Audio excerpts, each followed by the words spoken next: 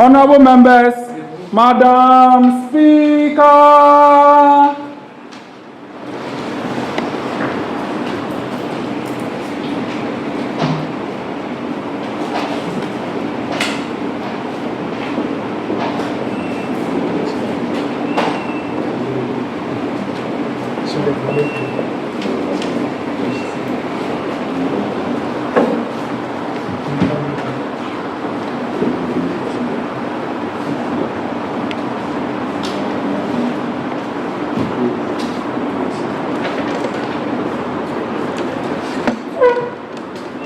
Prayers. Almighty God, we humbly beseech Thee to look with favor upon this youth in court Parliament. Grant that it may perform its highly duty as in Thy sight. Give divine guidance to the Executive Director of the Youth Impact Movement. Endow members of Parliament with discernment and vision, integrity and courage, that through the labors of this Parliament, the interests and wishes of the members may be well truly served, and Thy good purpose for common human life be realized in our midst.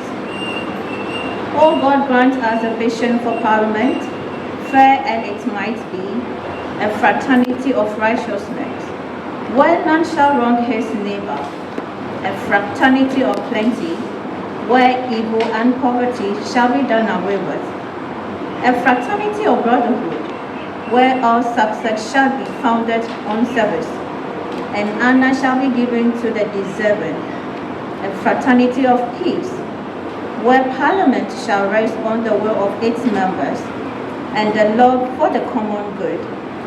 Bless the effort of those who struggle to make this vision a living reality. Inspire and strengthen our people that they may give Thine true and sacrifices to speed the day of the coming duty of Youth Impact Parliament, Ghana.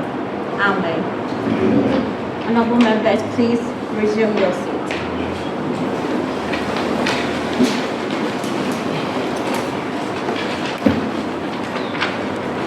So moving straight to item 2 on the order paper. Honorable members, I want to use this beautiful opportunity to wish all of you a huge congratulations on behalf of the co-founders, Youth Impact Movement, and its branches on its 3rd anniversary. Let us keep empowering the youth and also the community worldwide. Thank you so much.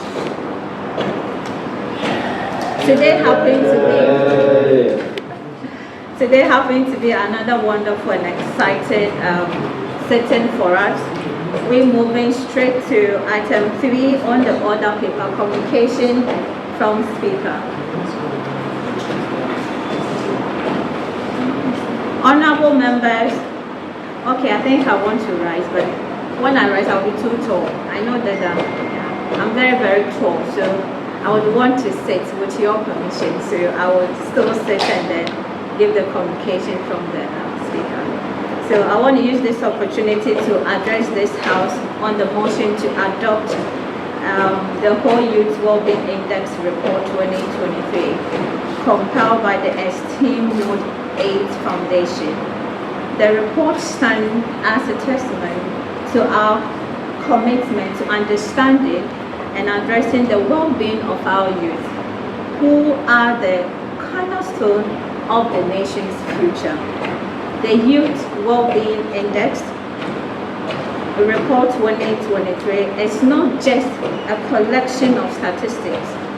It represents a comprehensive analysis of the various factors that contribute to the well-being of our youth. It delves into areas such as education, empowerment, opportunities, mental health support, social inclusion, and overall quality of health. By embracing this report, we acknowledge the importance of data-driven policymaking and responsibility to create an environment where our youth can thrive and prosper. The findings of this report may highlight areas of improvement challenges, and they need urgent attention. An opportunity for collaboration among government agencies, non-governmental organizations, and private sector. It is imperative that we carefully study these findings, engage and constructive decisions, and take inclusive action to ensure the well-being of our youth remain top priority. As we deliberate on this motion, let us not forget the significance of the upcoming 4th Parliament, scheduled on the 10th of August 2024. The composition of the 4th Parliament carries immense weight as it will determine the strategies of our nation government, that is the governance for the coming years. We must try to build a parliament that is inclusive, driven and representative of the aspiration and concern of all the segments of our society. For the record, all incumbent youth MPs wishing to be part of the 4th Parliament or to apply just as the other applicants, there are no automatic carryover for the membership of this House. In conclusion, I urge all members to lend their support to the motion to adopt the whole Youth Wellbeing Index Report 2023 that has hardly any insights provided by the youth to craft policies and initiatives that uplift and empower our youth, ensuring a brighter and more prosperous future for all. Thank you.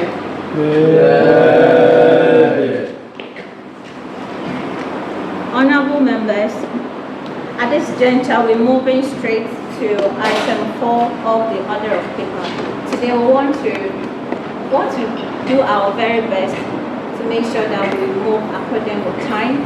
As you can see, a lot is going on here, so we don't want to take much of the time. So, official introduction from the youth MPs, and please, we want to make this as quick as possible. Introduce yourself to us and the constituency in which you are representing. I believe it will be good for all of us. So on that note, we want to start, of course, with the minority.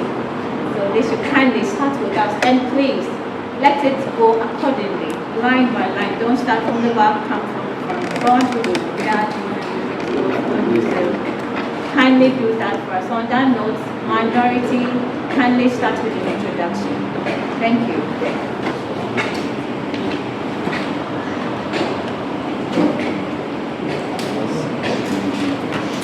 Thank you for the opportunity, Madam Speaker.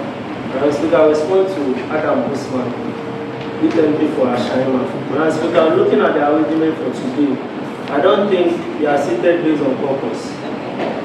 We are, let's say, committee of the group for today. So I believe the introduction can start at any part of the house from the back. Thank you. All right, thank you. Well understood. It's so simple.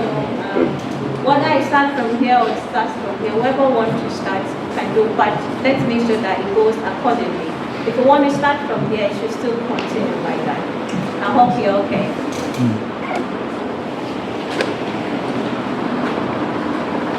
Thank you, Madam Speaker.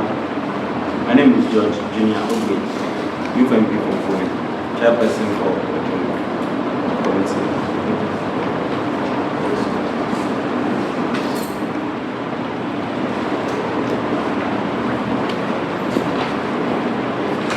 Thank you, Madam Speaker. My name is Tawiah, an observer.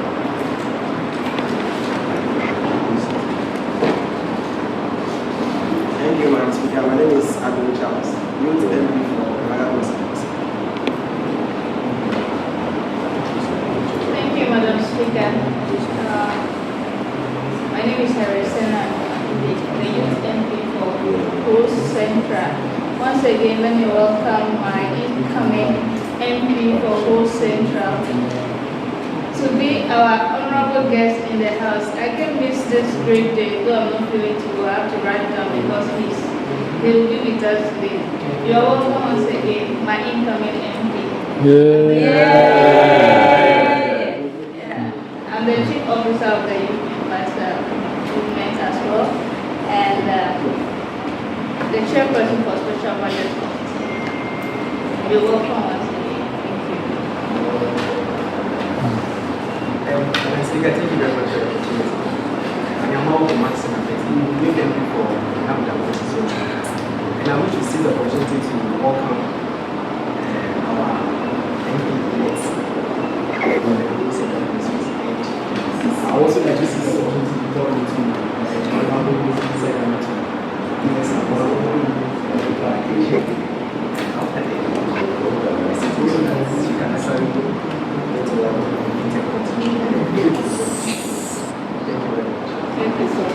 Please order in the house. Thank you, Madam Speaker. My name is Deborah Marklet, Youth MP for Southern Constituency. Thank you, Madam Speaker. I'm Julius Sawaga, Youth MP for Abaku South Constituency. Thank you.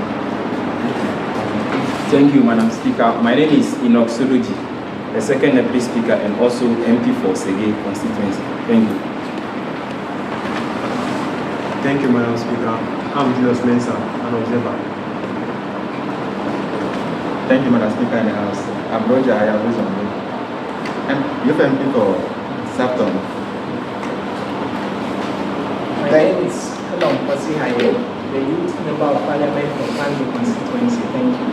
Thank you, Madam Speaker. My name is Elisha Kim Kanya, Youth MP from York Constituency and Organization. Thank you very much, Madam Speaker. My name is Richard Samson, an observer. Madam Speaker, I respond to Adam Kusma, Youth MP for Ashaiman Constituency, and the Chair for Foreign Affairs Committee. Thank you, Speaker in the House. My name is Mixon by Salom, Youth MP for All Constituency and the Minority Chief. Thank you. Thank you, Madam Speaker in the House. My name is Cyril Gegeli, Interim MP.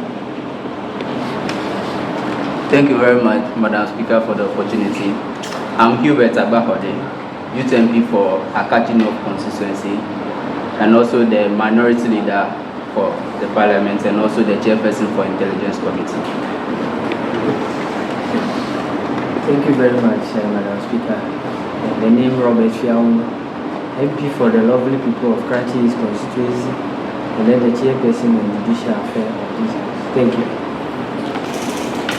Thank you, Madam Speaker. My name is Edward Amenu, and I'm the Youth MP for Edem Constituency.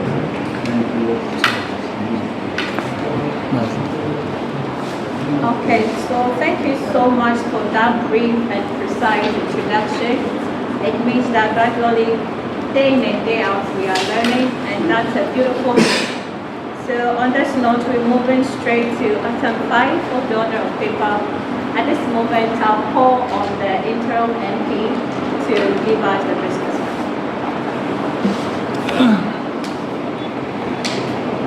Thank you very much, Madam Speaker in the House. I'm John Samegashigu, interim MP for now. Yes, I want to present just a short business committee report. Madam Speaker, today's sitting is a unique one. Today, the House has been convened purposely to debate and adopt the whole Youth Wellbeing report, which has been prepared by the Note 8 Foundation. Note 8 is actually headed by the Managing Director, currently present here. It's in the person of Mr. Courage Komla Asase. Yeah. Is the handsome man in green. Because of him, I decided to wear green today because the entire report is green. So we are part of the Green Army today, purposely for this report. And also, because the report is based on whole, we saw it as a very important thing to include one of the aspirants for the office of the Member of Parliament to represent this same constituency. And in good faith, we have been able to get on board our guest of honor for today's sitting, and it's in the person of Honorable Edem, Richmond, Kpotosu. He is the National Democratic Congress parliamentary candidate elect to represent this constituency in the elections coming and hopefully to be elected in this 7th December election. Madam Speaker, this is a very in-depth report. The report, to my observation, has been properly drafted, and I want to, on my own behalf, as interim MP, congratulate Note 8 Foundation for coming up with this report.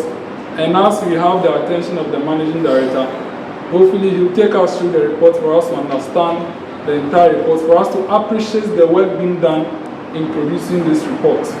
And this report is for the people of O. As a youth parliament operating in this constituency, it's important that we take interest in such a report for the fact that it is speaking about the youth. And this parliament, the name is Youth Impact Parliament. And we take it as our duty to consider this report and adopt it. Madam Speaker, I want to, just on behalf of the business committee, just inform you of us varying the other paper for the day. Per the items here at the commencement of the adoption of the index report, we will hear the presentation on the report by the guest speaker, which is Mr. Asase, and then the report will now be debated by members about some 3 submissions from each side of the House. As Honorable Adam Osman said, it is more of committee of the whole today. We are not taking sides with respect to this report. And right after that, we will now hear an address from our guest of honor on the report, and then we'll move forward to adopt the report. And right after we adopt the report as a working document, we move forward to adjourn the House to the next sitting in June. Thank you very much. Thank you so much, Interim MP, for that precise report from the business committee. It's interestingly amazing to have in our midst the MP elect. He's actually my own papa. I usually go to him at the office and we have beautiful communication. I'm super excited to have him here, and I believe that this report will be taken into consideration as far as he's here, together with our amazing man who put this beautiful report together. On that note, I want to say thank you so much for that one. That was great. So moving straight ahead, we want to take a presentation by the guest speaker from Mr. Courage Asase. So, sir, please do us the honor and then give us our presentation.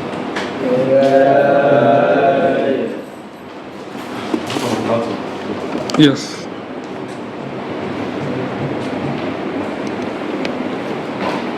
Good afternoon. Alright, so I want to first start by acknowledging all youth MPs who are sitting here. They are doing a fantastic job. And for all I know, it takes a lot of dedication, time, resources, a lot of commitments to avail yourself weekend by weekend to debate and discuss issues that are really important to them within our municipality and beyond Ghana and everywhere. So we are doing a very good job. Thank you very much for a wonderful job as you do this. The dream is that this will create a pipeline for any of you who want to aspire to become MPs in the future. I'm sure our candidate is here to give you tidbits on what to do whilst creating a pipeline for yourself for the future. So I don't want you guys to stop here. I want to see that in 10-15 years time, I see Adenta, Go Central, live up to that expectation and follow through the roadmap to become actual MPs. Thank you very much. So my name is Courage Asase, as already mentioned. I don't know if any of you here knows me, but I've been working closely with the Parliament and your colleague for some time now. This is my first time appearing before the House, and it's a privilege for me. I work for Note 8. We are a digital innovation hub, but we have several components of our activities.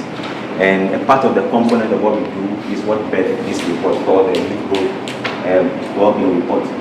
And my job here today is to break down the thinking behind what went through to compile this report, and what motivated us to do this work, and what does the future hold for this report. So I'll give a brief background on the project that birthed this report. Now, personally, I I've worked with young people for some time. I think before it's fully, I used to teach. I think I spent 2.5 years teaching. I was a teacher at Macroeconomics and economics. So I used to work with young people for some time. And so I understand the needs of young people from the perspective of what I experienced when I was a teacher in Malco, and then when I left Malco to make it. So I understand that for young people there are various needs. Now, this report, as mentioned, is a city-level report.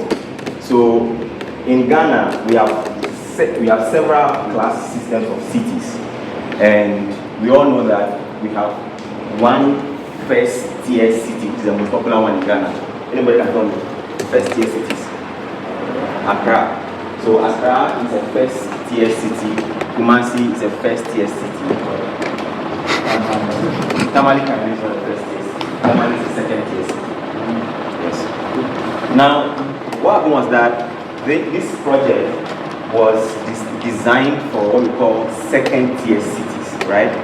Second-tier cities. The idea is that for most second-tier cities, there are several pillars that young people need in those second-tier cities for them to function really well that are missing.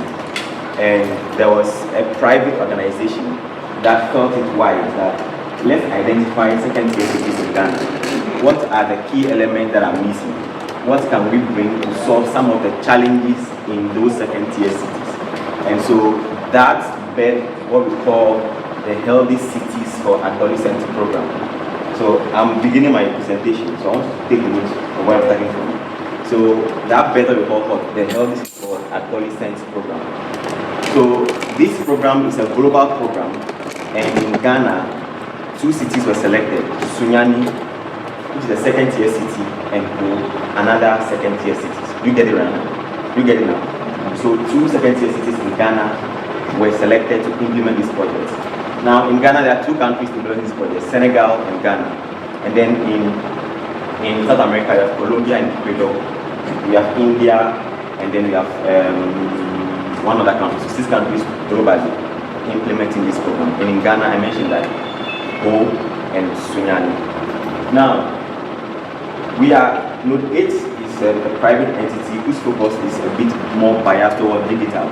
So for those of you who don't know Node 8, our focus actually is not to draft reports. What we do, for those who know us, we are a digital innovation hub. So we do trainings in hardcore IT, so software, in terms of full stack development, data analytics, digital marketing. Those are the things that we do. But we have a component of our operation that deals with community support and that falls under this support. Now in Ghana, the project which I mentioned for the Healthy Cities for Adolescents program is global, has been adopted in Ghana, and then we are running a sub-version of it for the Young and Safe project.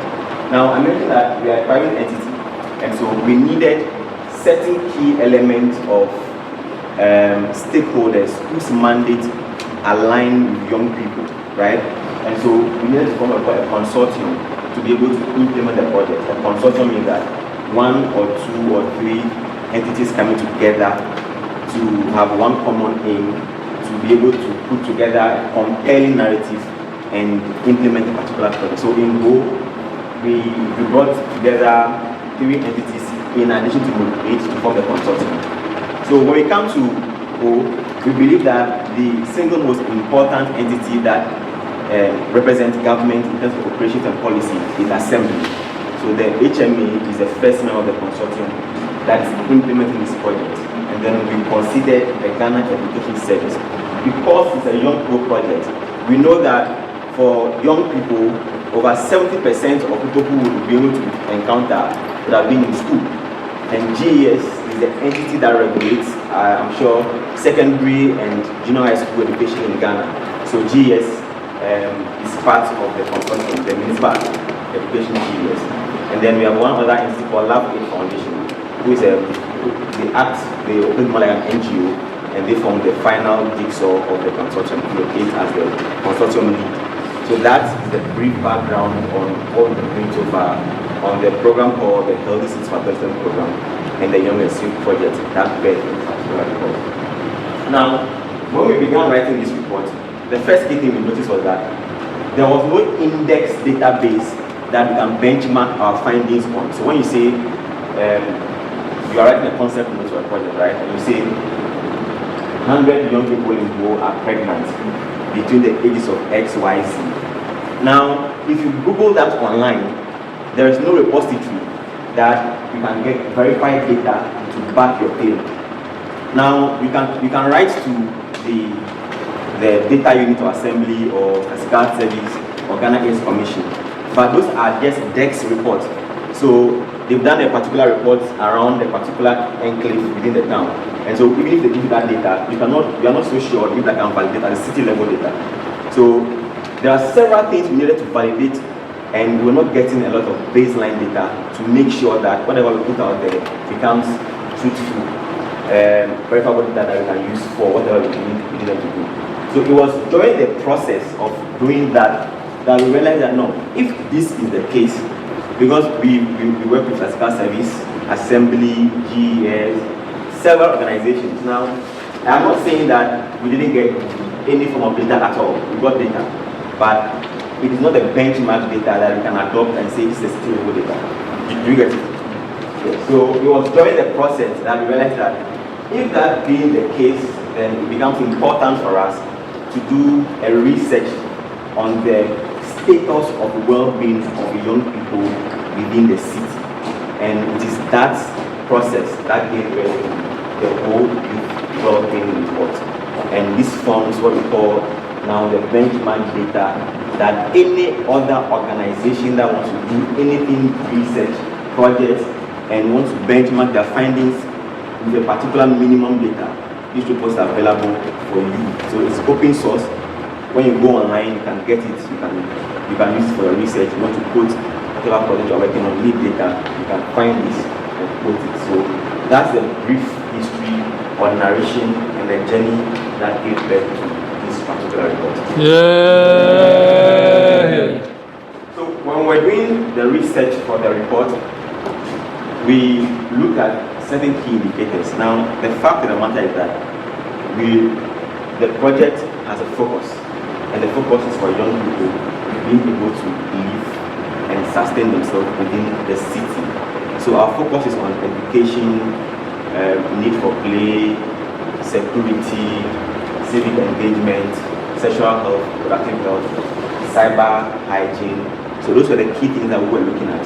So it means that this report couldn't cater for everything that we may think are challenges for young people. I want to make that first caveat. So someone may ask, what about clean energy? What about agriculture?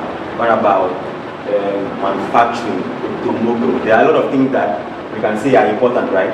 But the project has a particular scope, and the scope is to provide certain things that cater to the aspirations of young people. So these are the things that we captured in our reports as depicted by the project manual. Now, when we began this research report, I want to say that we had to define the age criteria of who we want to engage, because there are different organizations that define age and that define youth in terms of their own definitions in terms of age bandwidth, the lower and the upper. Now, WHO has their own definition for youth, World Bank, IMF. I'm sure even if Assembly in Go is working on any project, they might even bring their own definition in terms of the bandwidth of the age that they work with. For this project, we're looking at 13 to 26. 13 to 26. Now, why 26? The actual definition actually, we realized that when we began, we're using 13 to 23, but there were certain key elements that we begin to observe on the ground that made us do an alteration to our bandwidth. So I can just quickly send it to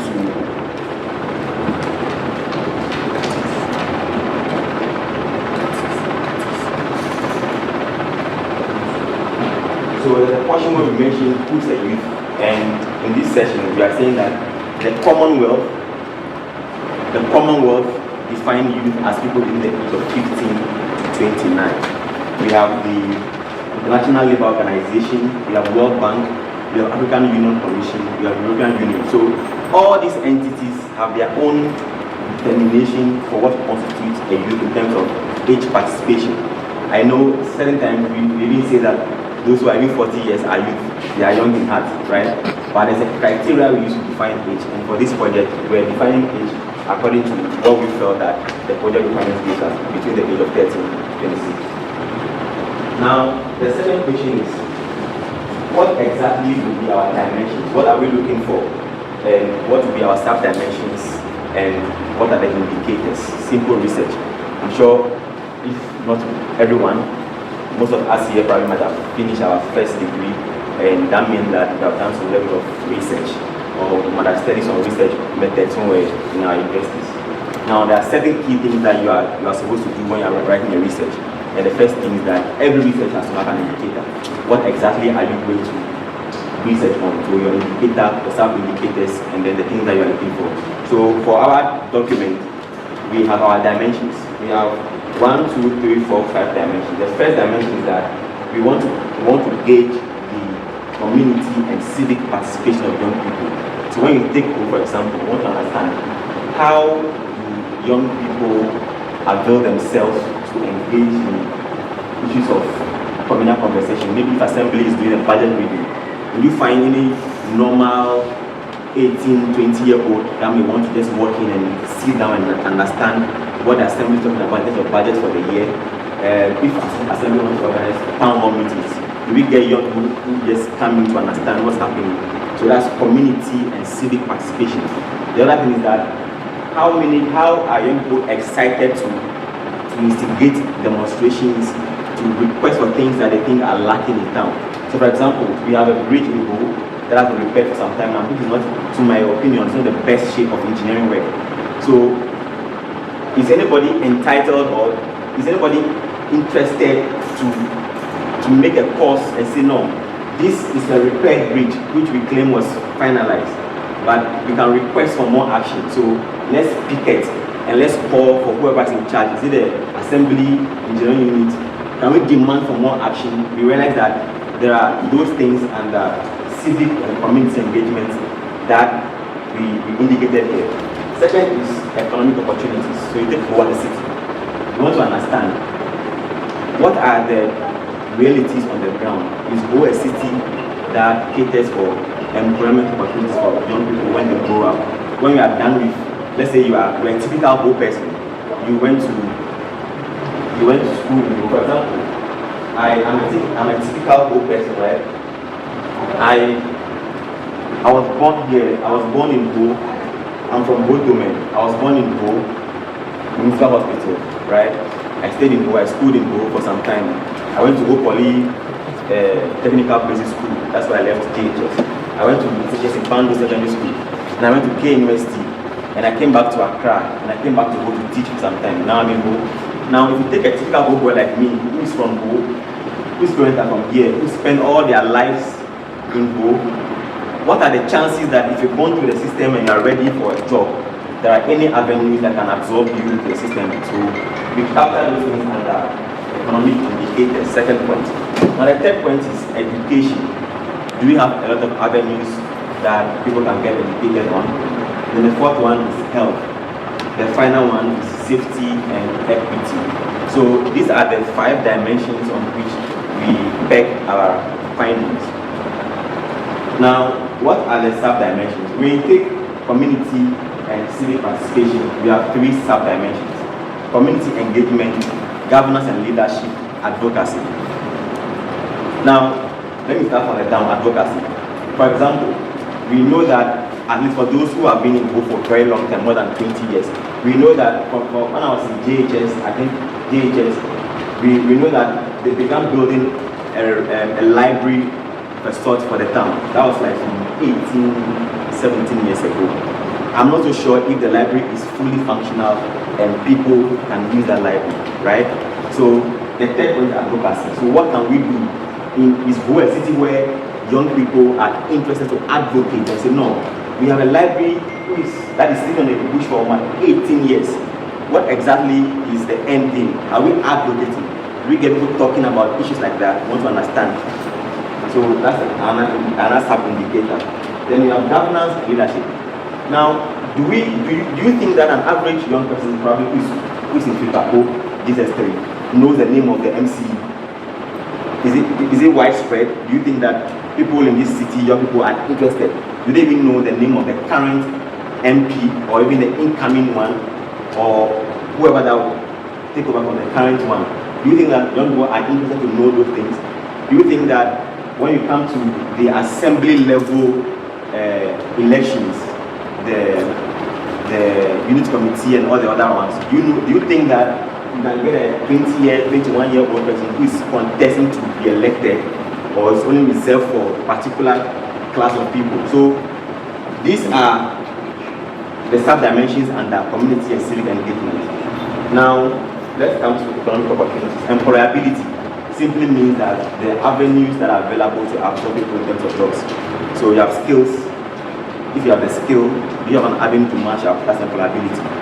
So you go do training. Do you have any other avenue after your training to match up to absorb your employability? Then you have job opportunities. The likelihood that you get employed within the city system. Then let's come to education. We have a lot of young people who have any form of formal education, and then we have IT. What is the level of ICT penetration among young people in Go? And then under health, we have sexual, reproductive health, and then we have mental health, and then we have physical health. And then the last one, safety and equity. We have safety, we have gender equity, and then we have disability friendliness. Do we find more areas in Go where people can access if they are disabled? Do we have policies, bylaws, local policies that actually aid people who are disabled? So those are the key things and the sub-dimensions for the 5 dimensions that we look at. So then the indicators, I have a lot of indicators for each of the sub-dimensions. I don't want to go through one by one. So in summary, my first point here is that our report is based on 5 key dimensions. The first one is community and civic participation. The second one is economic opportunity. Third one is education. Fourth one is health. Fifth one is safety and equity. And then we have other sub-dimensions. So these are the bedrock of what informs this particular research. Now, if you go further into this book, you realize that you have a set of people we brought together who was the research manager, data officers, volunteers who were on the field gathering data. You have to analyze the data and do all the things we need to do. Now, all the indicators now have the actual findings that we got on the ground interpreted into this particular report. So I can say in passing that, for example, in terms of well-being for community and civic participation, the percentage score is 57%. Now, when you take this particular booklet, we explain each of the scores in terms of percentages and what that means for us. And I'll not be able to go through all the breakdown one by one, but I want to quickly look at the overall score. And the overall score is that when you look at Go as a city, in terms of community and civic participation, it is very low. It is very low. I remember somewhere in 2021, if I'm not mistaken, when the Sokodegwa lane was not constructed, because it was a whole lot of dust. And there was a campaign, I don't know, there was a campaign by certain people in Go that had fix water roads or fix Anthony roads. And I remember that they had to picket and they sent a petition, a written petition to the regional minister. And that was one of the first, I would say, online advocacy I've seen in Go for my years of staying in Go. I remember that was like the first online advocacy. I also remember when I was quite younger, there was another campaign to remove the then MCDC, it was called Mr. Motobo. I remember those days I think it was in JHS or primary. There was a campaign then to to remove the then DC. Those days was not municipal, was district, and the DC was called Mr. Montogo. That was another level of, I would say, advocacy and cricketing I've seen, in addition to this particular one that happened, I think, 2 years ago. Now, what it means is that beyond those other things that are happening, do we find the young people who collectively request for things that they think are being denied them?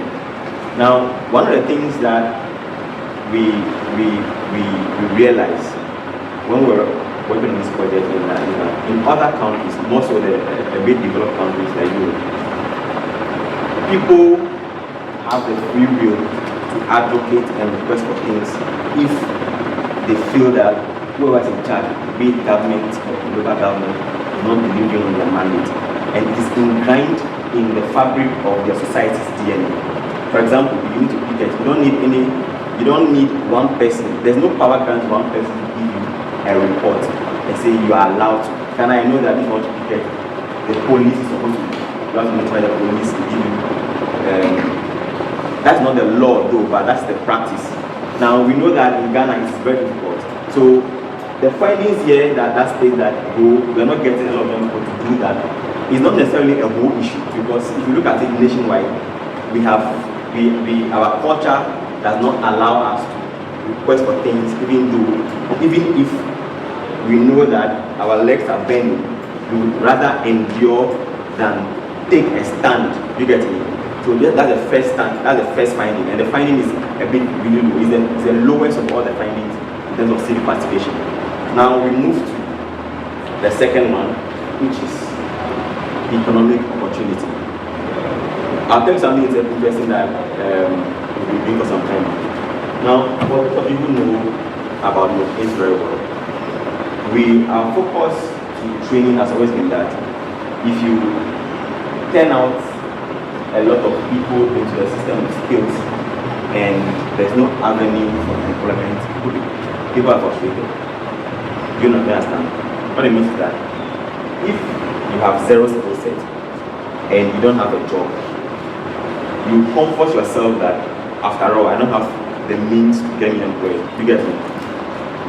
But if you are skilled and you are jobless, you would be asking yourself a lot of questions. Why am I skilled? Why do I spend so much time getting this skill education now I'm jobless?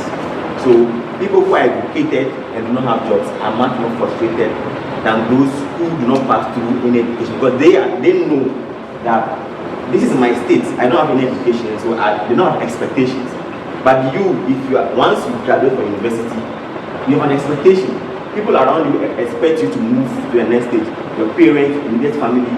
And so there's a bit more frustration on you who have skills, who are educated, than someone who is not educated. You get it? This is reality. So in our company, our skills program always has what we call an employability component. We do training, internships, and then your performance on internship puts you to the final to get a job. Are you getting it? For example, under this project, we have what we call the job training or project training, where we recruited a number of young people and trained them in software development, product design, and digital marketing. We have done a 6-month training. Now, those who are done have been paired to companies. So they began their internship just this last month, this beginning of this May, sorry. Now, the second cohort of the training will start this month ending. We'll start calling for people to apply for the second cohort. Now, my point is that the first cohort has ended. Now, they are currently in the pipeline doing their internship with company to prepare them to, right? The company pays you a stipend for transport or data. And then the hope is that based on your performance with the company, you have a chance to be getting fully employed after the tenure of the internship. You get it? So that's the difference in terms of training both with the skill set and then just training. So we are done with training certificate. Hey, we are done. Go home. We are always thinking about what avenue of employability can we give the people who pass through our area? That's the second thing. We realize that when you look at the economic opportunity indicator in Go, let's check the scores.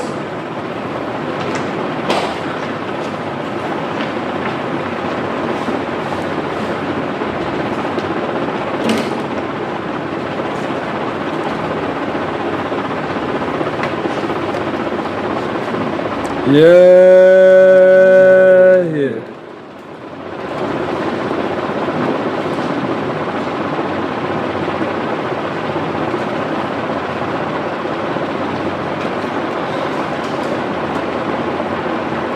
So the scores here say that the general score for economic performance is 50%. 50% is in that pass to failure.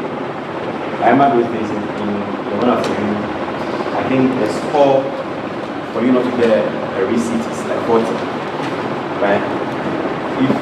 And 40 is like D or B. And if you get below 40, you go and pay for receipt. Now, if you get a D, you know that you fail in actual terms, but because you're not given the chance to actually go for receipt, you comfort yourself in a particular way to make yourself happy. But in actual terms, you know that 40 is just you keeping your head above the waters.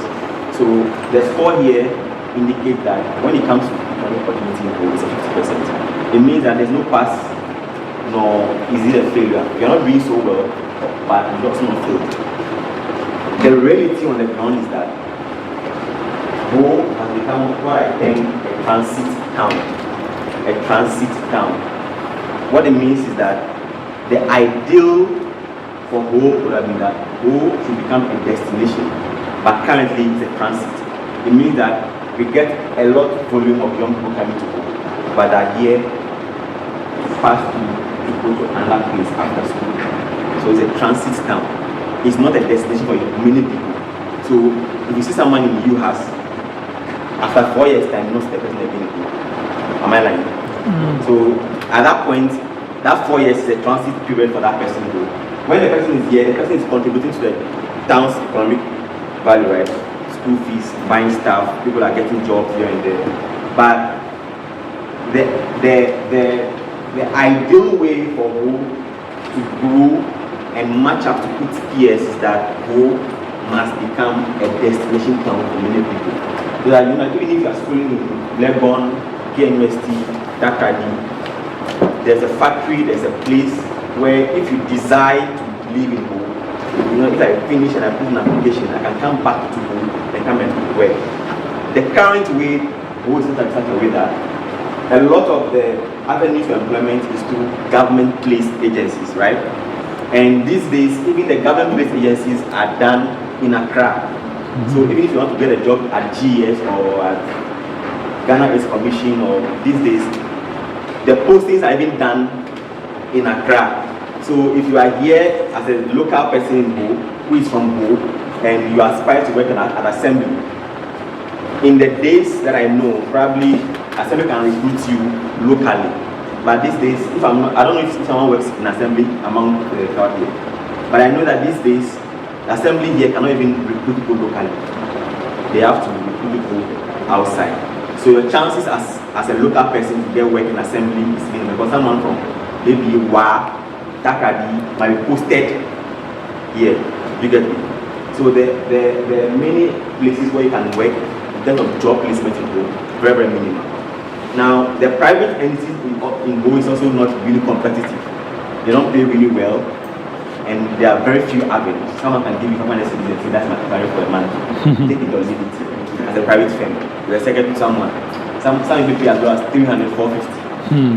So let's say you went to EP University or HTU and you spend all that money paying fees. Someone gives you a finance clerk or a data analyst.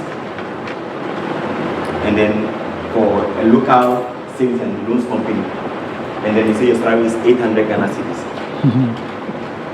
The challenge about Go is that even though there are not so many opportunities, the cost component of living in the city is like Accra. In Accra, there are several opportunities, so you can match up the cost. But here, the opportunities are very low, but the cost component is like the bigger cities. So there's so much disparity if you want to compare. You're not getting job, but you're spending like you're getting job. So those days when I used to be in Ho, currently I know that if you want to get a single room as a young person at university, you're not costing less than 400 for small space. 400 Ghana cedi per month.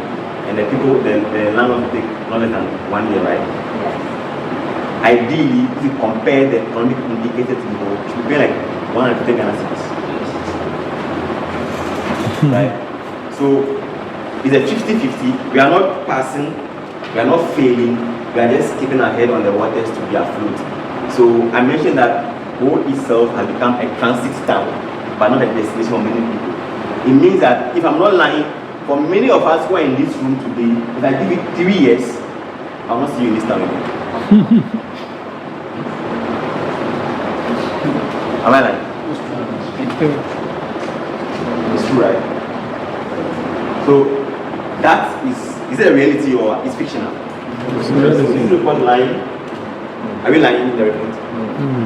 So it's something you can relate to, right? So that's the fact. It's not fictional. Yay! So the question is that as we are people who are going to be in areas of policy like our honorable incoming MP, I'm sure he's listening to my presentation and thinking about some of the things that he can start thinking of putting together to change the narrative and the discourse of the city. Among our peers, we have the branding, but we lack the substance. That's both in how I define Ho for you. If you talk about Ho among other places, Ho has proper branding. Oxygen City is a very nice place. The pride of the Volta. People admire, but substance-wise, we are not matching up to other cities. Tamale, for example, is like here. All the development agency funding in Ghana, 80% goes to the north. Now, it's not a good thing because that place has been earmarked as well a poverty-stricken zone. That's the reason why, if you work in development agencies. But if you turn it around, the other thing that is not good is that those funds create possible avenues for employment. If you go to North, you see water aid. Every development agency you can find in this world, they are there. UNDP, WHO. In Ho, we don't even have a GIZ office. We have 6 regions. We don't have a GIZ office. So if GIZ comes to operate in Ho, the first thing we'll do is that we'll rent an office space. So whoever builds that particular facility is getting direct investment, right? They will employ at least 1 or 2 technical advisors. So if you are through any school here and you are capable, that's employment for you, right? So the indicators are known. I mean, these are not things that are missing. And I'm not sure that those who are in leadership positions are not aware. But it is something that we have not been able to meaningfully respond to. And it's a national thing. We celebrate the issues, just like, for example, if you say and let me make this statement and let's not take it political. For example, you say there's Galamsey, right? And you know the journalists that work on the issues of Galamsey, you know the towns where the Galamsey is happening. So if you want to tackle it, you can go to the town directly and arrest the people and do everything you want to do. You don't need to set a committee to respond to the issues because you know exactly where the problem is. So that is how the country is set up. We celebrate and pretend to tackle issues, and then we put cost around the same issues, and people would benefit from the cost, and the problem itself is left unattended to, and the cycle continues over and over and over, and it is in different sectors, finance, health, administration, like everywhere else. And as we are incoming young MPs, the idea is that the onus of change must start when we are loaded.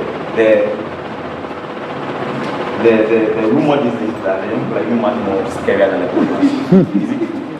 So the things we can do, the corruption deals we can cook. Even the old people who are coming and everything else to myself. Is that a fact? If it is true, then we should be thinking about that. Now the third one is education, and the score there is 62%. So it means that fairly, when it comes to education, who is doing well. And it's one thing I know, if I ask everyone in this room fairly, we are not faring bad when it comes to education. We have 3 of the very good secondary schools, at least public ones, right? We have one of the very good technical universities. It used to be, I don't know the state of HTU right now, but those days I used to hear that one of the best among the rest. I don't know if it's not that. Is it true? Yeah, still.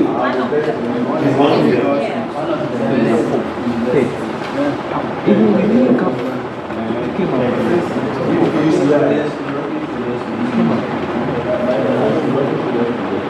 And then we have UHAS that has come to change the entire landscape of Ho. So when it comes to education, Ho is really doing well. I'm not so sure if the best secondary school in Bota is from Ho. I'm not so sure. Because I know there's German, there's Eta, and there's Mauli. Should be among these 3 schools. I'm not so sure. Maybe I can even mention that. So if it is true that maybe Mauli is the best, then it means that we have the best secondary school in the Bota region in Ho.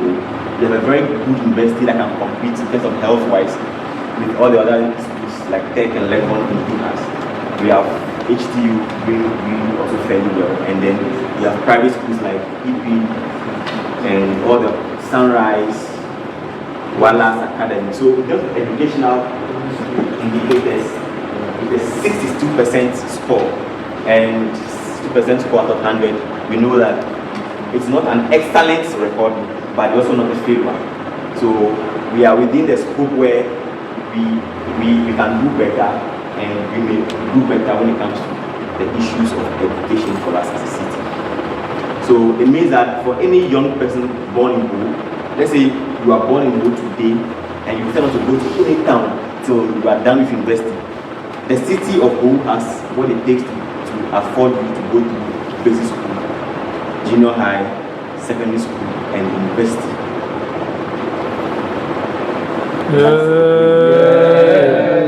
So that one is a really good right. Imagine you are done with university and there are factories to absorb you. Imagine you are done and there are agencies to employ you directly. You get me?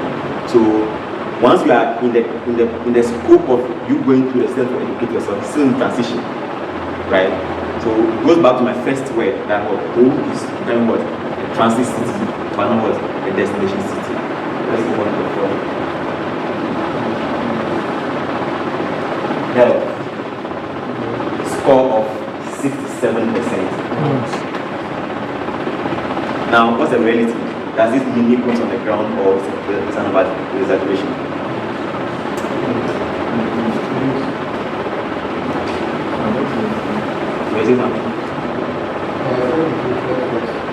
Does a score of 67% of health mean equals on the ground, or the report exaggerates or under? What do we think? Honorable members. That's right. That's the word, right? Honorable members. I see Adenta. I hear Adenta. Honorable Adenta. Do you have Adenta? Yes. Tell us. Okay, you're the one. Yeah, for me, thank you very much, Madam. For me, I think it reflects largely what is in terms of health. Looking at the introduction of the technical teaching hospital, take care of some technical that prevents more of the whole engagement going to refer to portable and the big hospital that we need. Thank you. We have Wem. Head Wem. All right. Okay, I'm catching off, right? Yeah. 67%. Yeah, so I think it's actually good. It reflects the reality on ground because, as said by our member, we have the teaching hospital should use to be formally the regional hospital. So this being upgraded to the status of teaching hospital alone in the region here, I think is actually a great reflection of what is happening. So I think we will be better.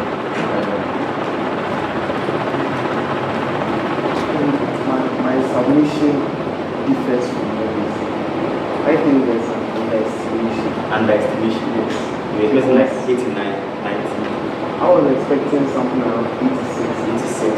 Your reasons?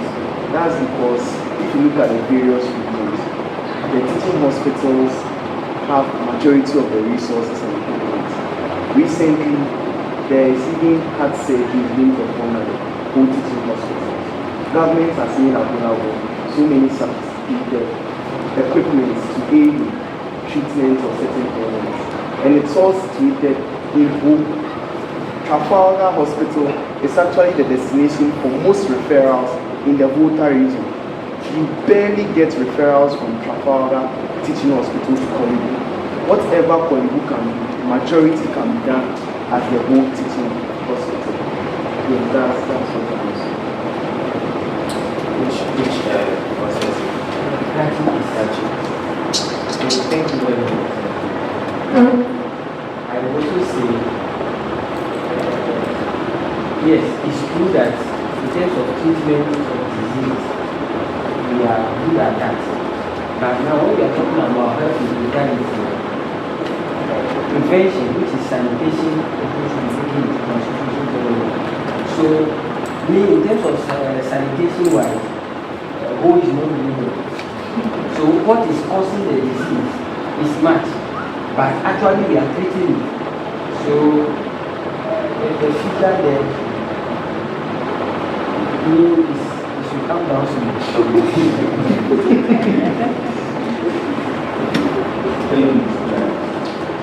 Mine is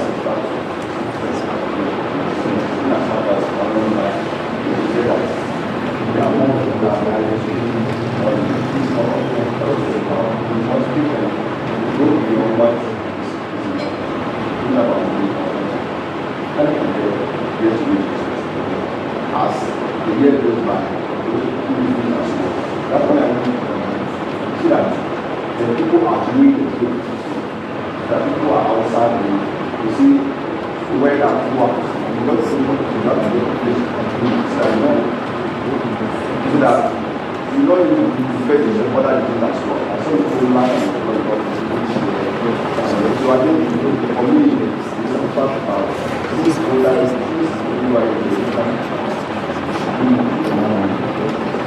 at least you can refer people to work. So like I said, who is practical? Yes. Well, it is comparable to corporate environment or mental health. Who is the so what is public service as well. But then they should expand the infrastructure. But as the year goes by, people leave. And because of our own, that's when I got there, you see that everybody is stepping down from that place. You don't have to come into the bodies of that man. It's not going on. And expanding.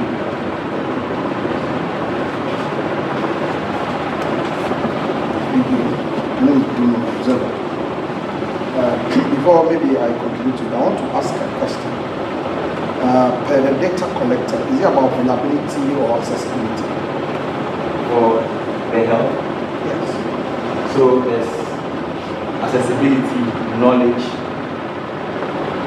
ease of use, and then infrastructure. Okay. Then I would say I want to agree with the honorable member for Kachi East. It's like we are overrating what actually is really on the grounds. Because looking at the hospital only will be actually inadequate to look at health in terms of well-being. I stand to be corrected, but in my knowledge, a referral hospital does not render certain services. So before we get a referral hospital, then there should be hospital facility that is actually on standby to provide such services. And we are told for the whole municipality, the municipal hospital is actually the designated facility, irrespective of the fact of other private facilities that we have here, which actually are not accessible in terms of cost and reliability. So if we are looking at well-being, and it has to do with the facilities at Trafaga, I'm quick to say that then we are actually going a bit away from what should actually constitute our well-being, because Tawiah does not serve the whole municipality only. Because it has become a referral center, it is actually for the whole Volta region. And for that matter, certain health services that you can just walk to a hospital to attend, they will prefer attending to referral cases rather than just attending to regular attendees. They will prefer you go to the other facilities in town if it is not actually being tackled well. They rather should refer you to them. And looking at the population of whole and looking at the thing that actually went into the data, I will say that but what I said first, we have the reality staring at our face. And that is how come till today the cost or the data for mortality and post-mortem death is highly on the increase in the whole municipality. Thank you. Chairman. Thank you for the opportunity. I think honorable members are good, but to me, we are looking at it. We are looking at it from only one lens. That is the infrastructure and the facility hospital. Please, let's remember, we have something called mental health, reproductive health issues. Let's look at the information available for reproductive health for the youth, how they take care of themselves. Let's look at mental health too, because you cannot only base your argument on we have good teacher hospital when youth are not having stable mental health. Yes, we can have the best hospitals, but when you look at these factors, when they are not being placed very well, that's the other health aspect, then we'll be putting pressure on the whole teaching hospital. So let's look at health as a whole, not just only the infrastructure, that's the hospital. Let's look at it as a whole, and we'll base our judgment on it. So I think 67 is fairly okay, but when you look at it, the sexual and reproductive health is 61%. And I want to say I believe that in a sense that most of the youth in the whole municipality are students, and they are abreast with their sexual and reproductive health. That's why I can say 61% is fair. But mental health, I think the 52 is too much. Yes, how can you have a stable mental health when you don't have jobs, you don't have equal opportunities as those in the class 1 city, that's class A cities? How are you going to have a good mental health when you know after college, after school, you won't get job to do when you are in whole year? Yes, yes, you are mentally unstable. In fact, even a student, as a student, when you think of those things, then you ask yourself, why don't I use the money to go and rent house? I'll get benefit from them. And the last one, the physical health, I think it should be 50. It should be 50. In the sense that most our youth here, most of them, because of depression, lack of stable mental health, I know some of them who are into drug abuse. Because they are into drug abuse is actually affecting their physical health. Thank you,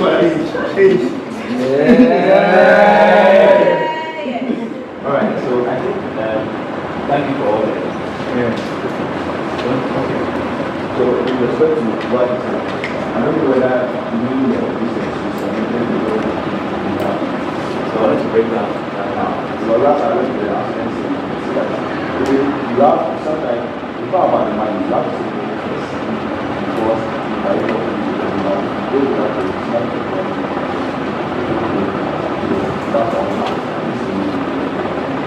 We've not segmented the departments within the hospital, but we segmented the indicators that are accounted for the health. I'll explain that. Thank you very much. I think we are talking about health, and from what the young man said, we are looking at how the dynamics that is available for the youth to consume in terms of health. And I have been in both for some time now, and listening to radios, these health practitioners have been on radios, advocating and telling us exactly what we should do to take care of our health. I think the health sector is doing fairly well what the report is saying in regards to that. When we talk about the mental health, there have been advocacy on radio and even on social media. There have been youth groups and smaller NGOs that have been advocating for these things and taking young people through certain processes that they can build these facilities successfully. So I think giving them that health in total 67% is fairly, I agree with that. Thank you. I'll come back to the response. I'm sure that we have a segment for debating some of it. Yes, well, we have time for questions. I think we have to finish. So let me continue, and then when we come to that, we can answer some of the questions. So I wanted to say that the concentration on the score is not based entirely on infrastructure. Infrastructure is key, but it's not based entirely on infrastructure. The second point is that in terms of the total amalgamation of the key data sets, the teaching hospital is an outlier in statistical terms. It's an outlier because, number one, its purpose is not supposed to be, it is not built as a service center for the municipality. It's within, just like the Free Trade Continental Office, the AFTA office is in Ghana, but its purpose is beyond Ghana. It's an African thing. So the hospital is in Go, but its purpose is to serve referral cases within the region. So we classify it as a slight outlier in terms of indicators. I'd rather focus on, when it comes to infrastructure, how many CHIPS compounds do you have that can attend to immediate communal needs of people who need those services? If there's a woman pregnant in the house right now at the moment, the person needs to conceive. Do we have available health resource centers that have the facility to aid that woman to give birth successfully? Because once you go to Tawiah, you're going to meet other cases from other places, and you're going to be in queue. So the immediate ones with the community, do we have access to this one? That's the first one, the available community health centers. The second one is our municipal hospital being able to cater for the cases that comes within the population of the city. Now, mind you, you check the 2021 census, the gender dynamics and then the age dynamics. There are more young people than old people. Are you aware that the balance is not even, it's very tilted, that we have a lot of, probably around 60% of people constitute the young people compared to old people. So the question is that, what are the indicators that are of essence to young people? Mental health, sexual productivity. Because if once the person is young, the person is sexually active. So is the person aware of knowledge, how to treat, how to respond to issues, right? So it automatically changes if we are writing a report for old people. We'll be thinking about kidney, heart failure, diabetes, you get me? But because we are talking about young people, our indicators are focused on sexual health. So, for example, if you are in your universities, I think up until last year, I got to understand that HTU now has a resident clinic within the school. So that's a positive indicator. It means that if there's anybody in HTU right now that has any health issue, the person can quickly be attended to within the confines of the school without having to refer the people to teaching hospital or municipal. So, do we have enough knowledge on issues on reproductive health? When you go through our secondary schools, how many young people are we getting pregnant during ovarian periods? How many people have issues with their mental stability? Do we have cases of drug abuse in home? I'm not aware. Are we aware? Is there any issue where you know that in home there is a case where people are abusing a particular drug? So those are the indicators that we really focus on a lot. Now when it comes to the infrastructure, you're looking at ease of use or ease of access. Now, if you say this right now on a trolley or a wheelchair, let's say you are in a public trolley, you get there right now and they put you in a trolley. Is the place such a way that you can be moved in a trolley from where you are to your next ward for it to be uploaded to the bed? That's ease of use. Is it accessible? Is it in a place where if you are sick and you stand on the road and say, I'm going to Trafalgar or Municipal, each taxi or keke driver will be willing to pick you? Or it's located at the new stadium where you are sick but nobody wants to take it because it's out of town. So we look at all the other indicators. So once again, in my summary speech, I'm saying that for the health, because we are dealing with young people, the indicators were around issues that bothers young people. It is what number 1, sexual reproductive health. Number 2, mental health. Number 3, physical fitness. And then when it comes to infrastructure, we talk about ease of use, access of use, and others. And so, I'm sure when we come back to the issue of debate, we'll be able to debate the score more. But these are the indicators that inform us in terms of the percentage score that we're giving to the health sector of 67%. Are you? We'll go into a lot of arguments when we come back to the argument section. Now we have safety and equity. Safety and equity. So for safety, we are considering crime rate, violence rate, and then perception report. Now, the total score for safety and equity is 68%. 68%. Now, the sub-dimensions are that when it comes to safety, young people in both feel that they are really, really safe. So that's 86%. When it comes to gender equality, do we have policies or is the system oppressive towards a particular gender? The response is 84% in terms of positive response. And then when it comes to disability friendliness, it is 33%. So when you combine these three indicators, the overall percentage score for safety and equity is 68%. Now let's start with the final indicator, which was disability. 33% simply means that there are not so many facilities that were built with the purpose of catering for people who have disabilities. It's a fact, not fiction. It's a fact, right? It's a fact. For example, if you go to the SIC building and you want to go to the floor, the staircase are even for those of us who are able-bodied, the staircase is even so narrow and steep. So if you are going there, if you are going to GI, what's the name? AGI office at the first or second floor, and you are using what's the name? A crutch. Crutch is how are you able to walk? So the fact is that most of our facilities in Go are not prepared in ways that caters for the needs of the disabled. 30%, very, very low.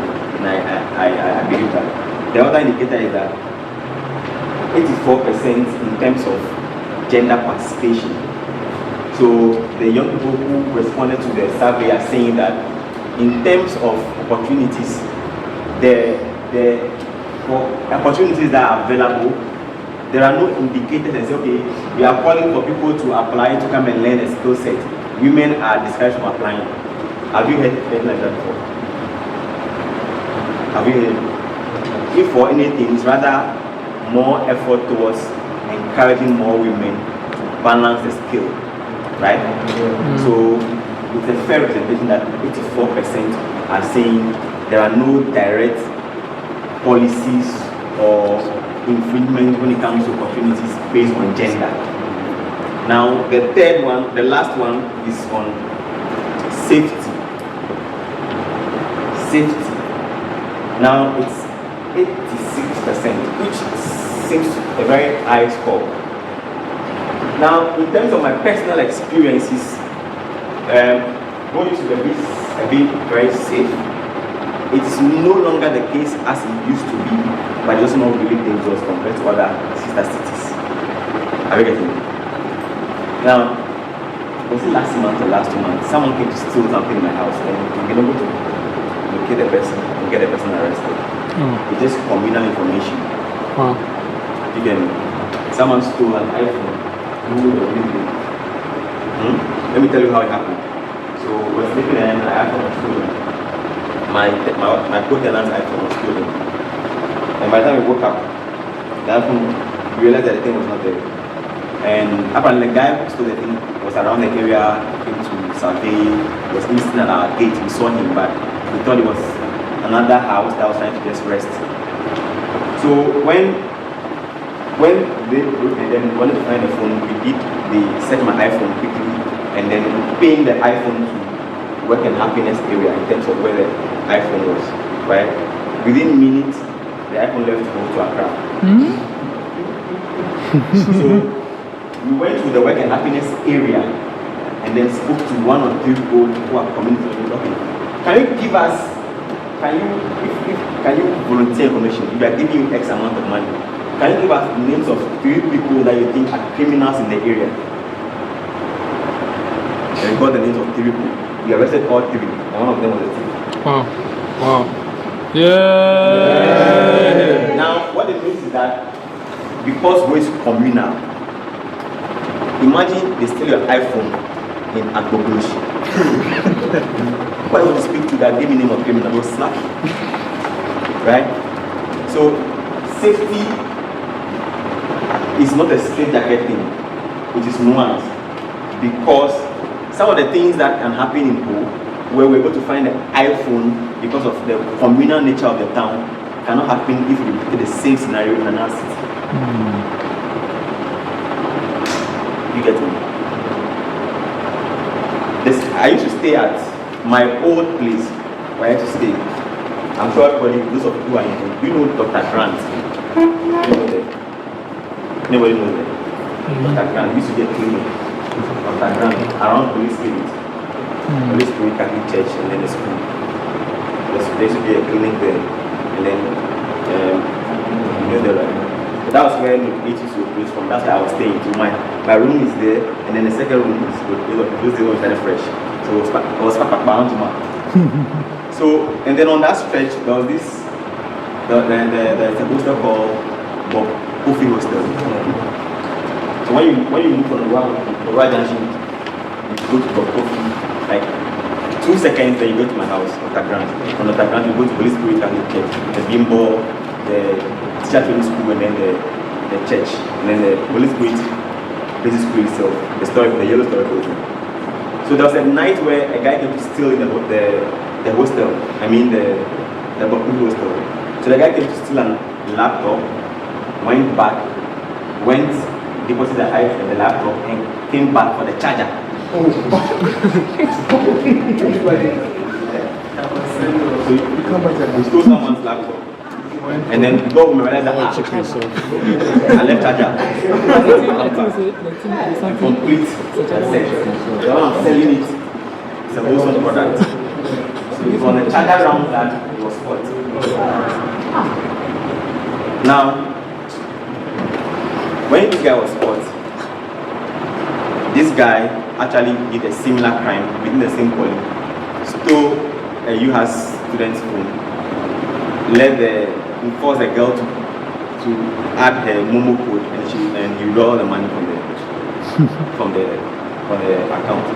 And then the same guy attacked someone on the Barras Newtown, Dawn, a woman attacked someone who was going to the market at dawn. So it was easy to piece out all the crimes committed. Kindly, he's given 40 years. Oh. Yes. So it's inside. One guy. Oh. Now, the case is, my point is that all this information was here to piece out and locate the areas of trade. Even, sorry, the last crime, there was even an attempted rape in the last crime. It was given 40 years. But we had to piece out all this crime because there's community. So if you see a store, it's something for safety. It doesn't mean that there's an absence of crime. There is crime, which is even growing. But there is a way and manner in which sometimes you get to the finality of the crimes and get justice within the scope of whole that we may not be able to replicate in other cities because what I said was community. And it's not the case that every crime that happens you're able to get justice. Sometimes I'm one few of you do like Matakono.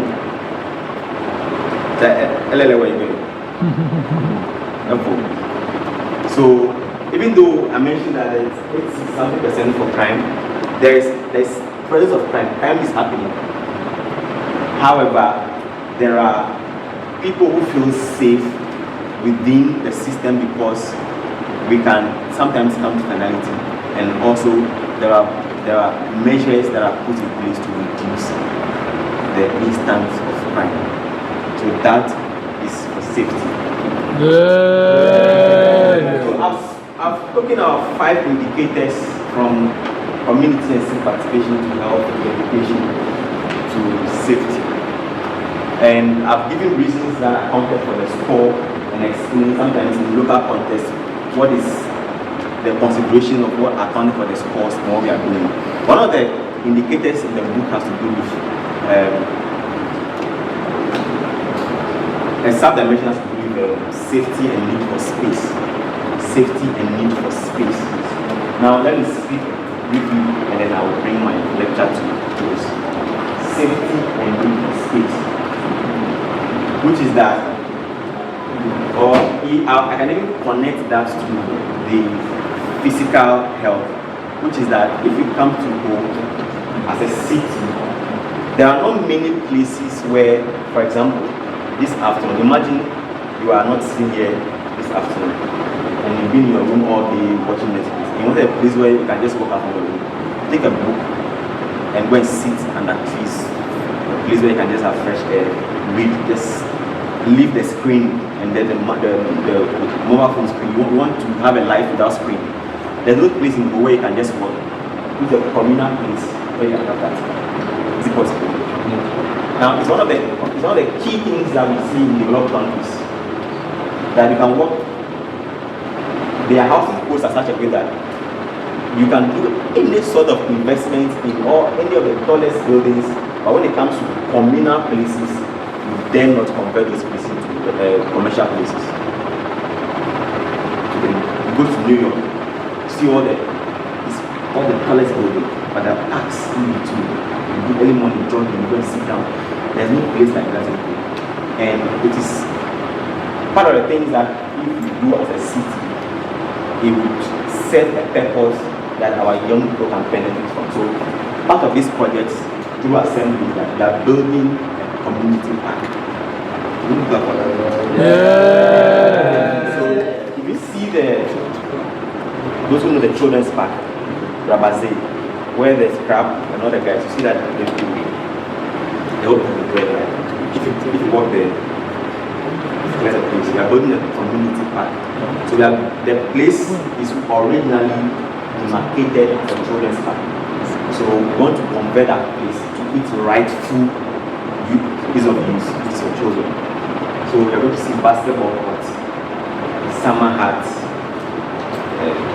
place where you can meet, where there are trees. You're going to plant new trees, fence, get the place a bit more quiet, so that if maybe a youth group want to have meetings, you want to go and learn, you want to go and do something, or you are jogging in the morning, you want to just stand there and rest, or maybe you want to just go and practice basketball play, that place can become a place that serves the purpose of the land.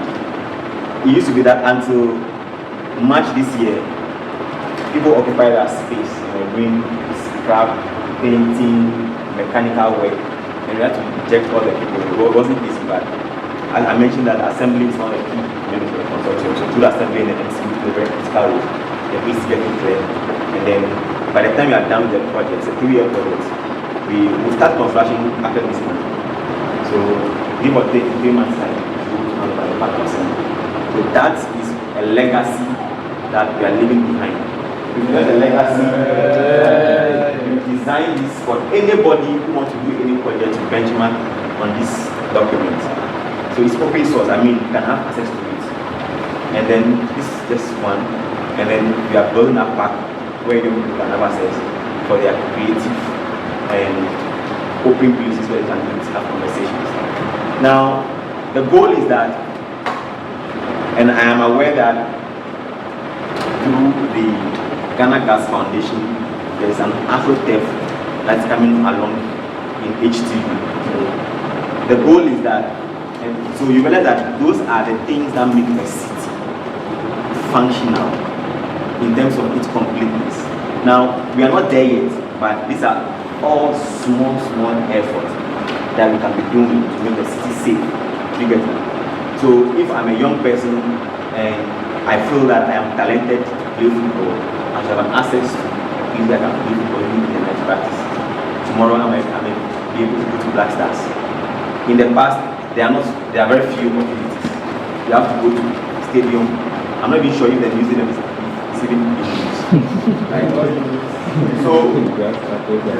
So if each person within the city leadership hierarchy takes a portion of what they're supposed to do and do it well and leave a legacy and say, okay, by the time maybe I have a first term of 4 years as MP, as MC, what exactly would I do that if I leave office, this would be what the people within the city where I serve would put my name on. And even if I am no longer there, generations will come to see in terms of legacy, in terms of performance. Hoping that if all our leaders can take this route, the aspirations of what we have for hope to become an ideal city, no longer a destination but no longer a transit by destination, in a few years' time, we can all come together and realize that. Thank you very much. Yeah. Thank you so much, Mr. Courage Asase. That was a powerful one. Interesting. I think we deserve another huge yes. Thank you so much. So this note, our time is fast, so we take it only 2 questions. And please make it precise. And if you want to direct it, please do only 2 questions, then we'll take it from there. So there are only 2 questions. So already asked some questions already, so now we've given only 2 questions for now. So the floor is open.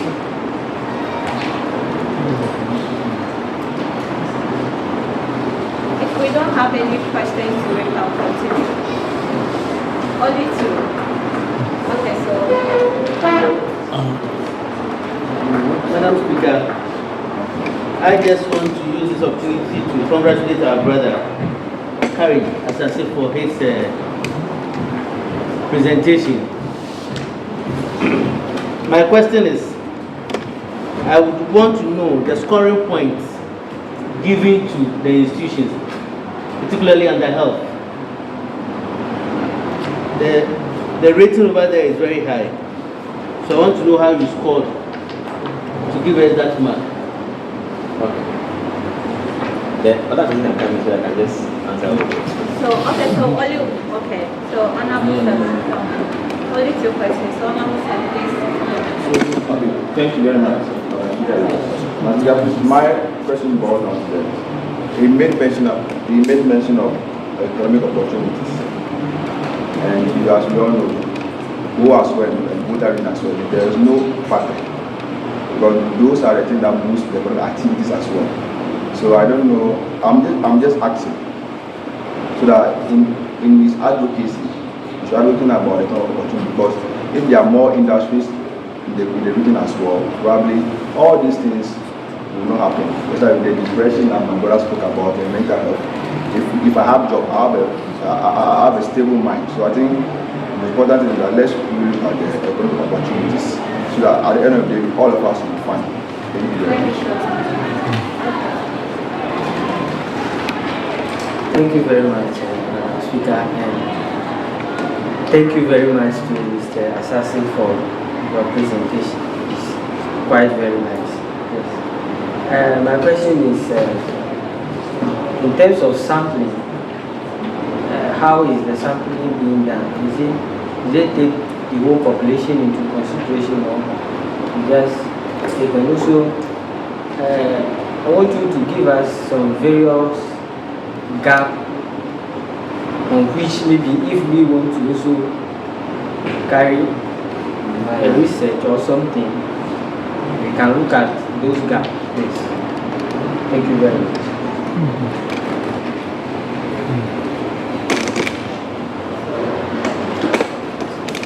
Thank you, Mr. Courage, for the presentation. My first question is, I would like to know who idea that brought up this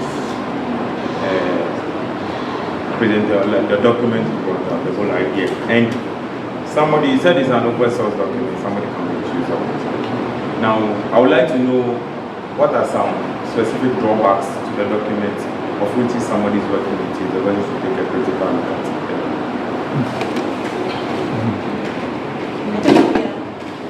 Okay, so one more. I wanted to take what, no, we've already spoken, so I'll give the opportunity to you. So that's it. No more questions. Thank you, right, Madam Speaker.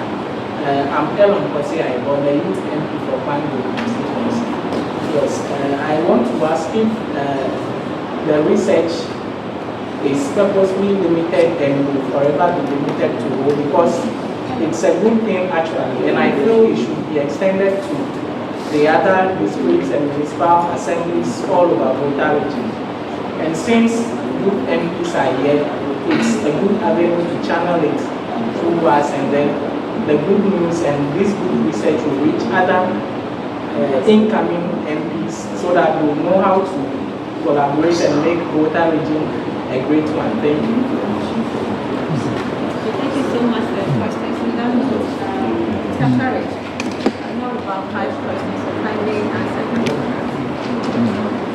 All right, so I would start with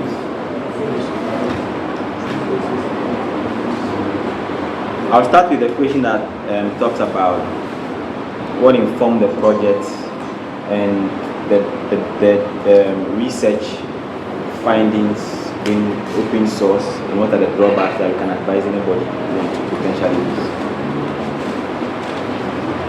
So I think I talked about that in my opening statement when I mentioned that this would also answer your question in a way that the project that birthed this report is under a global program called the Healthy Cities for Adolescents program.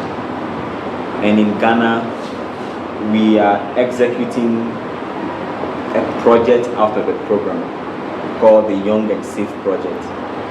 And I mentioned that it's a city-level project for second-tier cities. So Sunyani and Ho are the 2 cities implementing the project. So it means that the project has a scope already defined by those who are funding the project. That is a city-level project. Do you get me? That is why you realize that all the indicators and all the things I say, I made direct contribution to Ho as a city, Ho as a second-tier city. So it's not a regional project; it's a city-level project. So that's the answer to your question, and also gives you what you ask in terms of the background that birthed this document. So under the Young and Safe project, we have a lot of interventions, and I mentioned that when we're putting together the concept note for implementation, we had a lot of challenges in terms of getting access to baseline data from most of the stakeholders that we work with. Now, I gave a caveat that if you go to the institutions themselves and you speak to the people who are in those offices, they may be able to give you some amount of data which is limited to the scope of what they've done. But in terms of getting access to data online where you can say you want the percentage number of XYZ people who are pregnant in O or who are blah blah blah, you are not able to get. But if you go to statistical office or you come to assembly, you come to GS, they have certain desk reports that they can give you to work on. And so it was through those challenges that gave us the idea that if that being the case, let's do a city level research on the indicators of the project so that we can make it available to anybody that wants to do anything similar in the future. And if the person is online researching for XYZ, the person can come across or make access to this document or this data, and then the people can build on it. So this is not in any way claiming finality on research on Ho as a city. It is the first level effort of having a city level wide research to make available for other people who want to build or layer on top of what we've done. So that is the idea for this document, and that is the where we started from and where we are now in terms of why we decided to do this particular research. So it answers your question, and then also partly answers your question as well. Now, drawbacks. You ask about the fact that it's open source, and so what could be the drawback?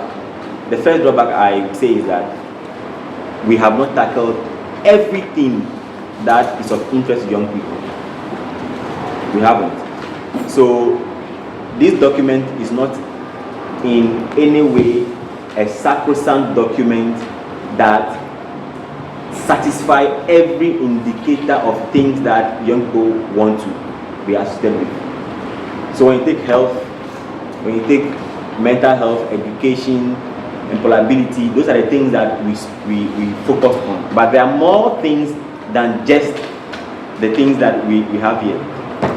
Even for example, if you take education, we can talk about enrollment rate, we can talk about a lot of things that this data does not speak to. So that is the first drawback for our research.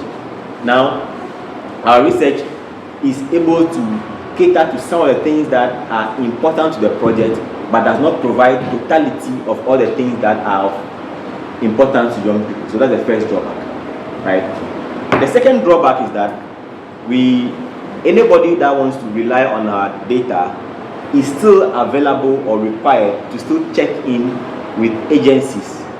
So, for example, we are able to tell you in terms of response rate on the state of mental health and then reproductive health of young people in the city. But in terms of actual figures, you want to understand the number of XYZ that have undergone maybe treatment or immunization for XYZ, you will still have to rely on Ghana Health Service, regional or municipal level, to get that sort of granular level data to be able to do what you need to do. So those are the two things I can say are drawback to the data we have. Now, your question, Krachi, you asked about how we can support you to do research. Is that a question? I mean the sampling technique. Is it the total population being taken into consideration? Okay. Or just... All right. So the first thing is that basic research knowledge is that there's no research at any point, whether World Bank, WHO, that does total population in terms of gathering or sampling responses. It is from all my years of education and working on programs and projects. I have not heard it before. So maybe if I'm wrong, so that means that we have not collated responses from every young person within Hope. There is always a sample size that you have to focus on. And that sample size must be so diverse that the responses, when spread across, caters for all the voices of the people that you want to get responses from. So yes, we have not sampled responses from every young person in Hope. It is always through a sample size. So that is my response to your question. Then MP or incoming MP asked about our score for institutions. Is that correct? So under health. So the score for the health sector in general is 67%, right? And the question is that you wanted to find out how we arrived at scoring the individual institutions, like the hospitals and all those other ones. All right, so let me explain this. Our observer at the back asked not a similar question, but an inferential question to this. And I mentioned that when we are, in terms of the scoring, we are not focusing on individual organizations. We are looking at sub-indicators or dimensions, ease of use, infrastructure. Do you get me? So we don't take, say for example, the leprosarium, and then we score leprosarium as a hospital in terms of all the services that they give to people who come to the hospital. But we score leprosarium as a component of the health institution in Hope, and how people have ease of use when they want to use that, and that contributes to whether people who want to address issues of sexual health can go to the Proceedings and get those issues cleared, can go to Trafalgar and get those issues cleared. So those issues all buffer into the bigger basket of health in terms of knowledge on sexual health or ease of use or access or infrastructure. So we didn't benchmark the indicators on the individual organizations or facilities, but we benchmark it based on ease of use, knowledge, health, and then the various categories that fed into the bigger percentage of the 67 that we have. So that is my response to the question of the methodology that we use in getting to the final scoring for the organizations. Now, when we take this document, before we start reading the various score, I'm sure each parliamentarian here has access to the soft copy. I want us to spend some time and do justice to this page, and that will give us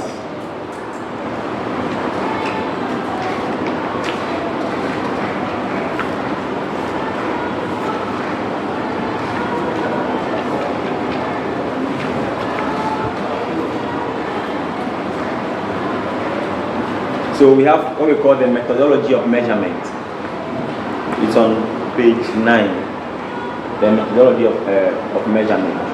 So if you read it, you get a fair idea of what informed our methodology, the sample space that we use in gathering the data, and all the bandwidth, upper and lower, and sometimes even the challenges that we encountered in arriving at our methodology that factored into the final report.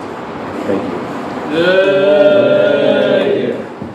Thank you so much, Mr. Courage Komla Asase, the Managing Director for North 8 Foundation. But that was a beautiful and powerful one. On this note, we want to say thank you for that, and then everything said here will be taken into consideration. I'm super excited that our incoming MP is here, who is also going to take it up from here. So on this note, we want to take address by our guest of honor. Colleagues, please help me welcome Honorable Kpotosu, my own papa. In fact, I've been going to this man at the office, and when you come and see us, this one there is official grant. After then, we will see in 10 minutes and go on. So, Daddy, please, the floor is yours. Thank you so much. Thank you, Madam Speaker. before I begin to give my remarks, I want to tell us a life story. Growing up in Hoye, there was a time we used to go to Wezo Hotel for jams. And there was one day, 11th May, Bob Marley night, that we went there. And we were in a group that went. And there was this about 6 of them who were walking up and down in a straight line. We have misplaced our item, we are looking for it. What is it? Then the response is that we'll find it. Hey, you are looking for something, let us help you so that you find it. He said, oh, we will find it. And do you know what they were looking for? They brought weed and cigarettes to that place. And in those days, in our time, it was a taboo for your own friends or associates to know you smoke. Do not even come near them. The moment they know you smoke, you are an outcast. Automatically, you are an outcast. Unlike today, that if you don't smoke, you are not a guy. Yeah. So, what I want you to learn from this is that they were moving up and down around 11 p.m. up and down, and you see that the people their eyes were red.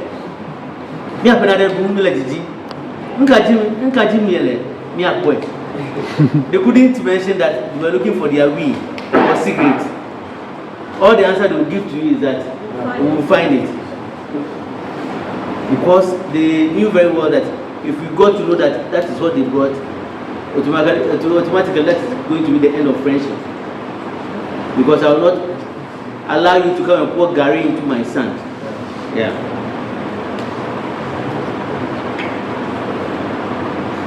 Now, back to our presentation. We have been made aware that Ho is a transit city. And I must say, as for that, I agree in total. Because growing up, all my friends, they have all relocated to either Kumasi, Takrady, or Accra, looking for jobs. So one thing on my heart is that as I go into Parliament, look for the opportunities to get some investors, which I've already started. I need to cite at least 1 or 2 industries in Ho, and we have gotten one. That's there is one at Ojo now, where they produce ethanol and CO2, which is a byproduct of the ethanol. Now I'm talking to some investors. They are coming in to boost up that company. We had a meeting last Tuesday online.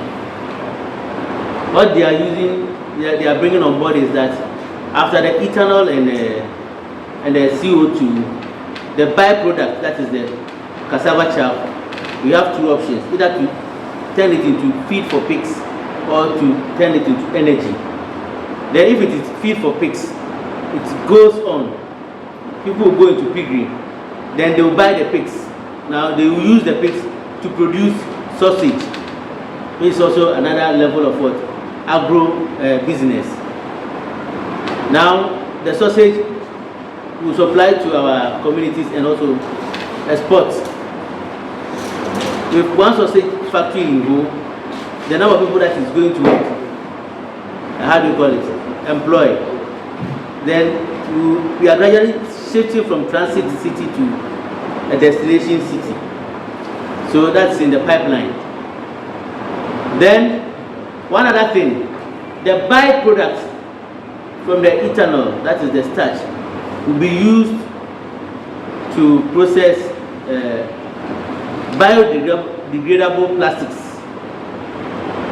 Because we are all talking about sustainable development. So the only way to go is to go into biodegradable plastics. Maybe after 2 weeks it begins to rot off. Then we know that we are safe. Unlike the ones that we have, the jelly ones that we have here, that takes 10 to 20 years before they begin to go down. And I even read that now they are finding the plastics in the stomach of fishes. Yeah, so the fish we think we are eating, they are also having some small poisons. Very soon we'll begin to eat cassava leaves and other leaves and become total vegetarians. Because we all want to buy life and live longer.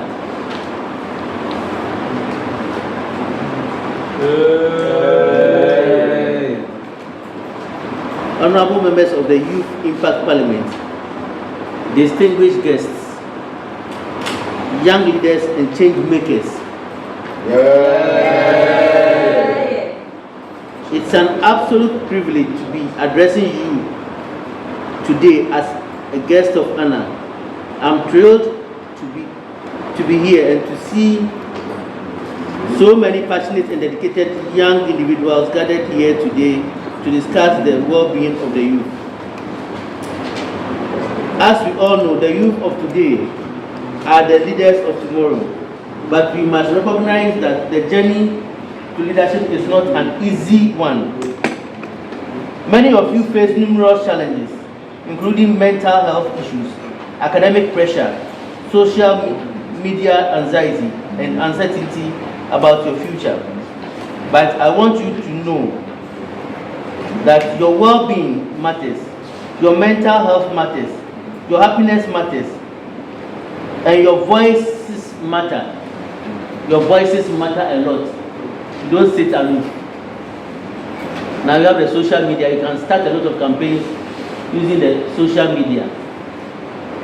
1, 2, 3, it begins to build up. For example, Pics the Sokoto Road, one person started it on social media. People took it up and it became a national issue. So you can also start something. When the presenter was making his speech, he made mention of the bridge leading to the big market. You can take it up as a project. Start it and let's see what happens. You cannot have a good road and all of a sudden, just is it about 20 meters? Yeah, it's a death trap. If one night you are speeding and you forget that there is that bad space over there, before you realize you are in the ditch.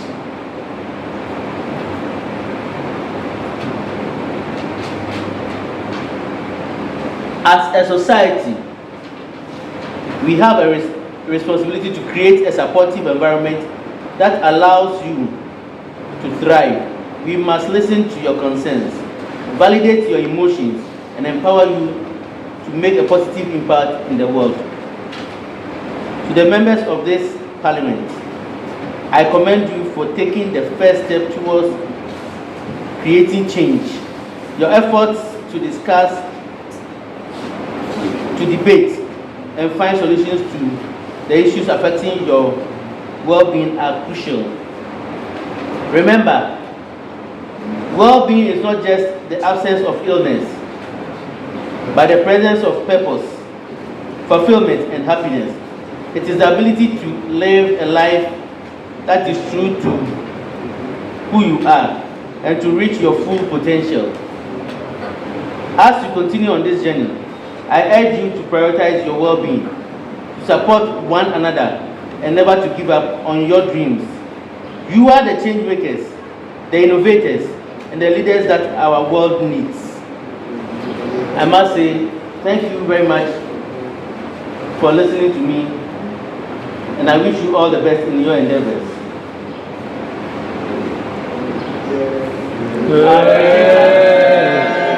Our presenter made mention of a lot of things.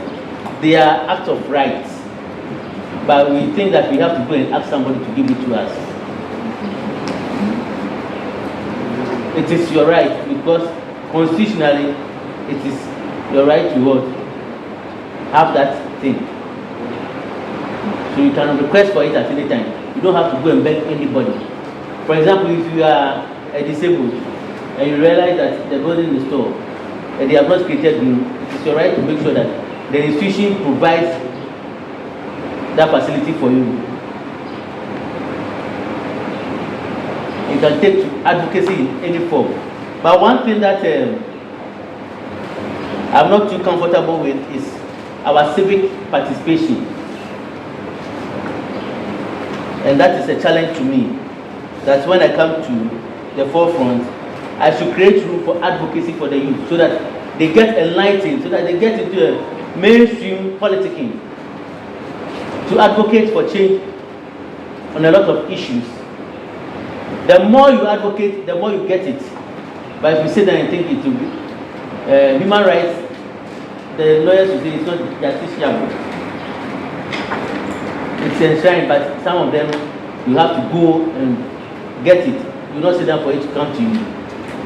So let us be up and doing.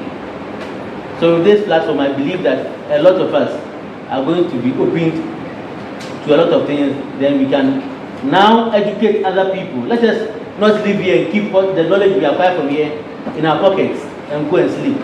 Let us try to form small satellite groups and be educating them. At least with your, how do you call it? Social media, you can just set up something. People may be asking you questions, you begin to speak to it. You are giving them the education. Apart from meeting them in persona, you can use the social media to also create a community and also educate the people in that community. So there are different modes of education now. Not always meeting the people in persona or viva voce. You have a platform which is bigger than the viva voce. Good. Madam Speaker, for granting me this opportunity.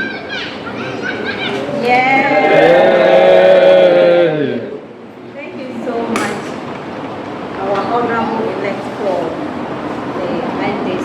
Honorable, thank you so much for taking the opportunity to even honoring our invitation. We know you have so many places to go, but you still took it upon yourself to come and join us. And so on that note, we are really, really grateful for that. So without further ado, I'll call on to acting. Okay, Honorable Senator. Thank you, Mr. Speaker in House. My name is Municipal. Youth MPP for Constituency. Madam Speaker, I want to reiterate on the issue on my move about the market route. Civic participation. On behalf of the minority, I don't know if the majority do, but I believe we are all. I believe we are all in the same spirit here. Yes. We as a house, yes, we will have an very conclusion to take that campaign. But what we reserve is that we will be witch-hunted as maybe we want to do something since we are in an election year. So I believe if we start, we want some backing as well, so that not be as though we are the only one who be doing so. One, we are not well established. We are yet to get a job. That's the first thing as well. But even though we are voicing our civic responsibility. We don't want in a case whereby you will be witch-hunted and this YIP will be tend to maybe I don't use that word, but maybe sometimes we used to witch-hunt someone as well. But I believe that road, because you cannot drive on a smoother road. You go to that road, there you'll be dangling. No, it's not good. So I believe if we start, we will employ you as well to join us, so that at least you know that we have people around us supporting this good cause as well. So that's what I want to do before you. Thank you very much. Okay, so please, is there a follow-up? Thank you for the opportunity, Madam Speaker. Only on what Honorable Senator said. I think the main reason why youth doesn't participate is very low in this civil side is because at the end of the day, I'm not established. I'm here to start my life.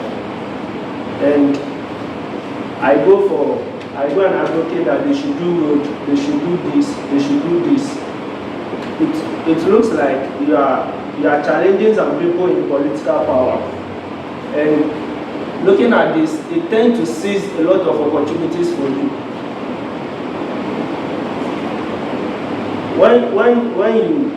When you it's your responsibility, all right. But when you start it, they see it as if there is one force backing you. Like some people have paid you for you to start this kind of campaign to go against some group of people. So when it comes to opportunities for you, they are same people, they tend to block it for you. And you end up being home without anything. So I think that's why most of the youth rarely participate. And I want to use this opportunity to thank the Managing Director of Modi 8, My manager, I want to say I'm one of the beneficiaries of the IT program, which we did have. I got my certificate last year as an Google IT support candidate. So I thank you for the opportunity.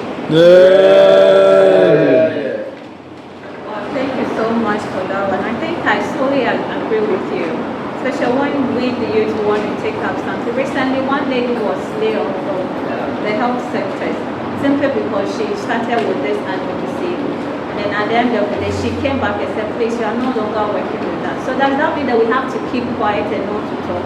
Then why are we being sent to school to, get this knowledge that will just sit with us and we cannot voice it out? So I think we'll pick it up from there. I'm happy that he's here.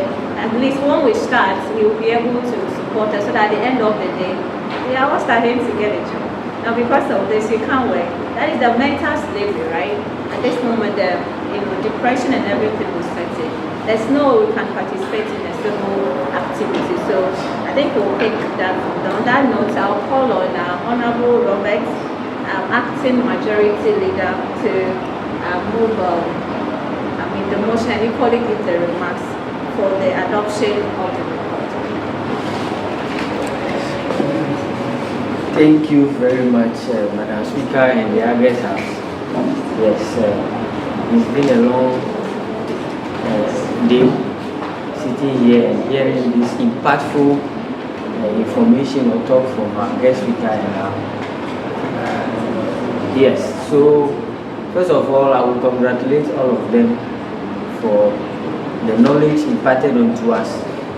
We are much grateful for that. And about the report, yes, it's a nice report and we are all happy about the report, because taking a critical look at the report, I think we are all stakeholders of the report and we are all victims of the report, which the users or the owners or the people that will make use of the report in terms of decision making, in terms of how to bring solution to the outcome of the report.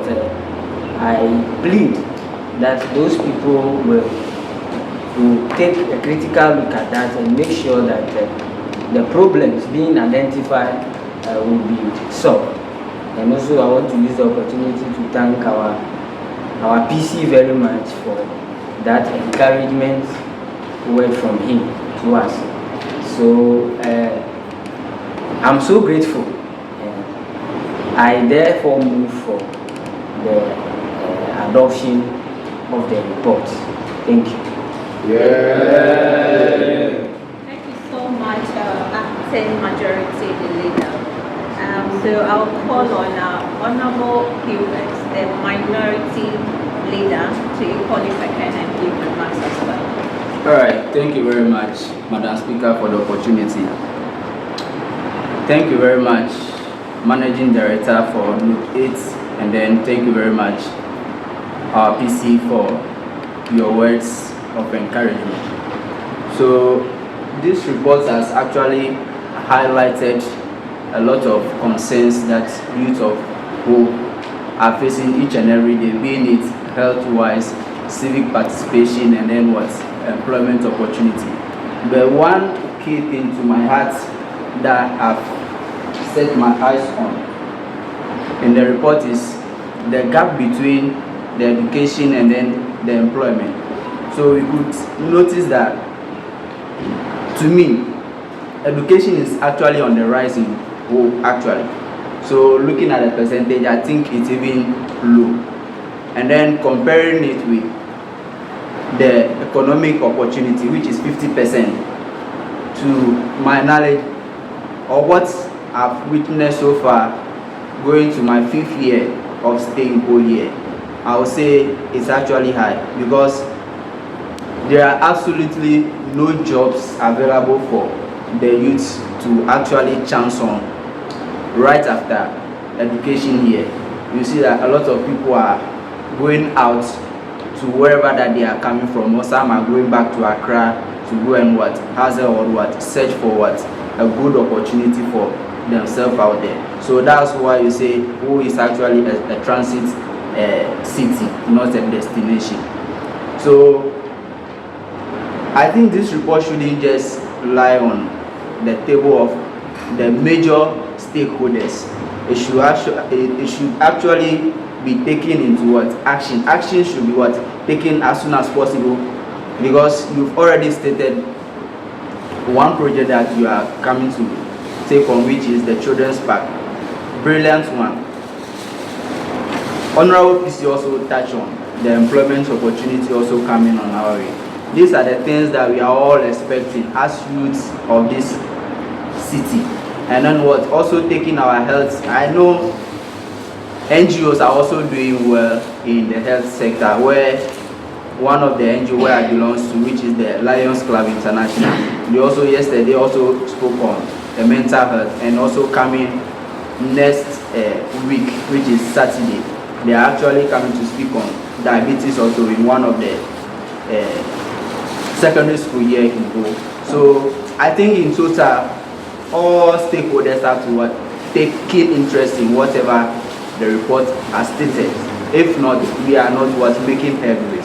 So I thank you, Managing Director, and I thank you, Honorable PC. So I humbly second the motion for the adoption of this report as a working document. Thank you very much. Yeah.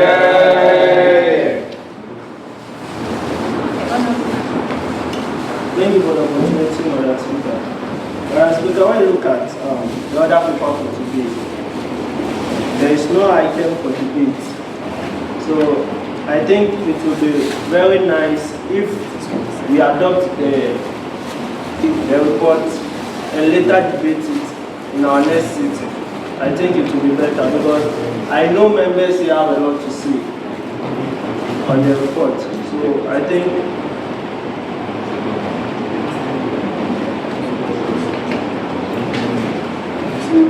and also I want to reiterate that we, the members of Parliament, will start with the advocacy for the road, and it shouldn't be like we are on our own. We need more support, we need more voices to make the cause a good one and a successful one. Thank you. Yeah. Thank you so much, Honorable Member. Everything has been well taken. On that note, Honorable Member, motion moves and second. So all those in favor say nay. Say A. Okay. So all those not in favor, please say nay. Nay. Please. Okay, so I think I'll have to pick it again. So at this moment, motion moved and second. So all those in favor, I think I'll have to say yes. Then Aye. Okay, so you don't want to say yes, so you want to say aye. Okay, so all those in favor, please say aye. Aye. Not in favor, please say nay. Nay. So on that note, the report is duly accepted and adopted for the Youth Impact Parliament. Yeah. So at this juncture, I'll call on the interim MP to give us information. Thank you very much, Madam Deputy Speaker, for presiding over this session. I want to humbly plead on our guests to just await and witness us adjourning, because right from here, we just adjourn. I want to, on behalf of the entire House again, thank our guest speaker, Mr. Asase. Just as well, we are an important stakeholder, and when we took interest in the report, he availed himself. And just as my honorable friend, the member for Ashaman, stated, I agree that this report was not thoroughly debated because of time, but it was important that we had a briefing before we debated. So I want to assure honorable members that at our next sitting next month, the report will be thoroughly debated, and our debate will be communicated to Node 8 Foundation on the inputs that we have made on the report, so that the 2024 report would be an improvement on the 2023 one. May I again extend the gratitude of the House to our guest of honor, the parliamentary candidate for whole central constituency on the ticket of the NDC, for availing himself for this report. And as I stated, to debate such a report or present on it, we need a stakeholder like him who has interest in the growth of this constituency, of which Wo is within, to be part of this session. And as he has witnessed the presentation, I know as he has a copy, he will not depart from that copy even if he gets to office as a member of parliament. And I know throughout his tenure, the interest of the youth will be on his lips as he advocates for better legislation and lobby for projects for this town. So I want to thank him very much for coming to witness and participate in this sitting. Today is the second time he has actually come here, and just as honor members are saying, the house is not full because as we are a transit city, most of the students, members are students. So they are in transition to their home right now. That is why it is not a full house. However, that is why we record the proceedings so that members who are not here can later on listen and then make their inputs when they come around. So although the house is not full, the house is full in the future as a transition. So,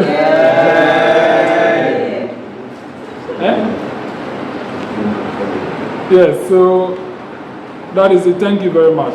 To my honor members, thank you very much for coming. Right from here, we'll go straight to adjourn the house. And Madam Deputy Speaker yourself, thank you very much for taking up the chair, as Mr. Speaker is unavoidably absent and is instated as an interim MP. Thank you. Thank you so much, interim MP, for that.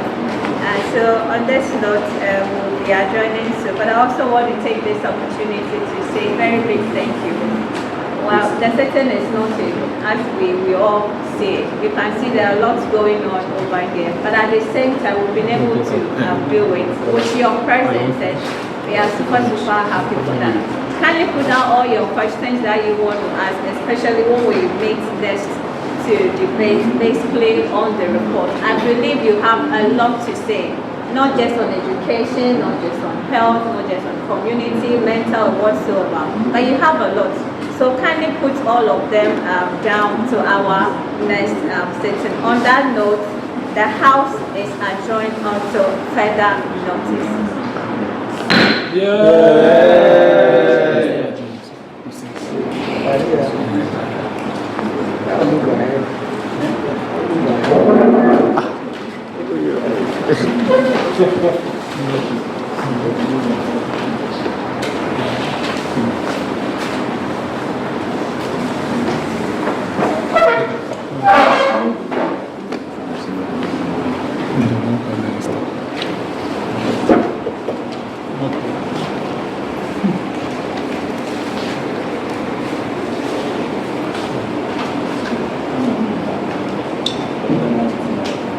Yeah.